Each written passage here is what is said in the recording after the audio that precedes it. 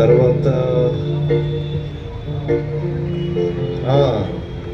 మోషే కర్ర ఇలా చూపించాడు, నేను పాయలు అయిపోతాం అనుకుంటున్నాను. మోషే గురించి చెప్పాలి. మేరీ ఎక్కడ లగోదు, మేరీ రైట్. నేను రాగానే మేరీ ఏడుస్తా కూర్చుంది అక్కడ. పాపం ఎంత కష్టం వచ్చిందో అనుకున్నాను.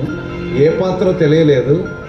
పైకి వచ్చిన తర్వాత మాత్రం ఎందుకు ఏడుస్తుందో, ఓహో అందుకనమాట అని అనిపించింది. వాళ్ళ మమ్మీ ఇంటికి వెళ్ళిపోదామా మరి అంది. ఎవరు వాళ్ళ మమ్మీ? అంతే, దాంతో ఏడుపు ఆపేసింది. సో మొత్తం మీద ప్రతి ఒక్కరూ కూడా వాళ్ళ మోషే,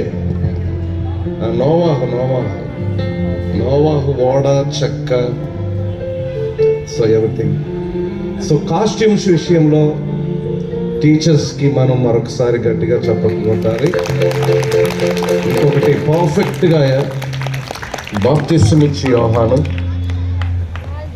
ముందుకు రా.